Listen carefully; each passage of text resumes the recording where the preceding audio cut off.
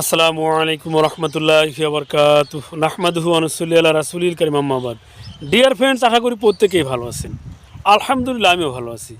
বন্ধুরা, স্বাস্থ্য বিষয়ক ইউটিউব চ্যানেল হাকিম ইরশাদুল বারীতে আপনাদেরকে স্বাগতম।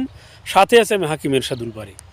বন্ধুরা, প্রকৃতি দেখাতে দেখাতে আপনাদেরকে একটি ভেষজের সাথে পরিচয় করিয়ে দেব বা আলোচনা করব। বন্ধুরা, তা আলোচনার পূর্বে চিকিৎসা বিজ্ঞানী ইবনে সিনার একটি উক্তি বলবো, আর তা হচ্ছে অপ্রয়োজনীয় ভেষজ বলতে কিছু নেই।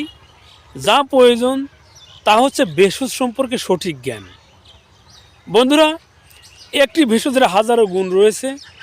সবগুলো গুণ আপনার একই সঙ্গে যেরকম জানা প্রয়োজন, সেই সাথে একটি একটি করে রোগের নিরাময়ে আপনাকে ব্যবহার করতে হবে। বন্ধুরা, এটা দেখতে পাচ্ছেন শতমূল।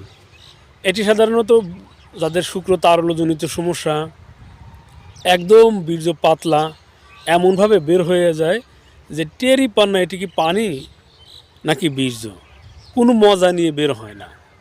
যাদের ঘন ঘন স্বপ্নদোষ হয় তাদের জন্য এটি মহাভেষজ হিসেবে পরিচিত। বন্ধুরা, এটি পাউডার আকারে পাওয়া যায়, আবার কাঁচা কাঁচা শীতকালে পর্যাপ্ত পরিমাণে পাওয়া যায়। যদি আপনি কাঁচা কাঁচা সেবন করতে চান তাহলে 20 থেকে 30 গ্রাম পরিমাণ এই কাঁচা শতমূল ভালোভাবে ব্লেন্ড করে একটু মধুর সাথে সকালে খাওয়ার পরে, রাত্রিতে খাওয়ার পরে সেবন করবেন। পাউডার আকারে সেবন করলে এটি 5 থেকে 7 গ্রাম পরিমাণ পাউডার 1 কাপ গরম দুধ অথবা গরম পানির সাথে গুলিয়ে সকাল বিকেল সেবন করবেন। মধু মিশাতে পারলে খুব দ্রুত এবং ভালো রেজাল্ট পাবেন, তবে ডায়াবেটিস রোগীদের জন্য নয়।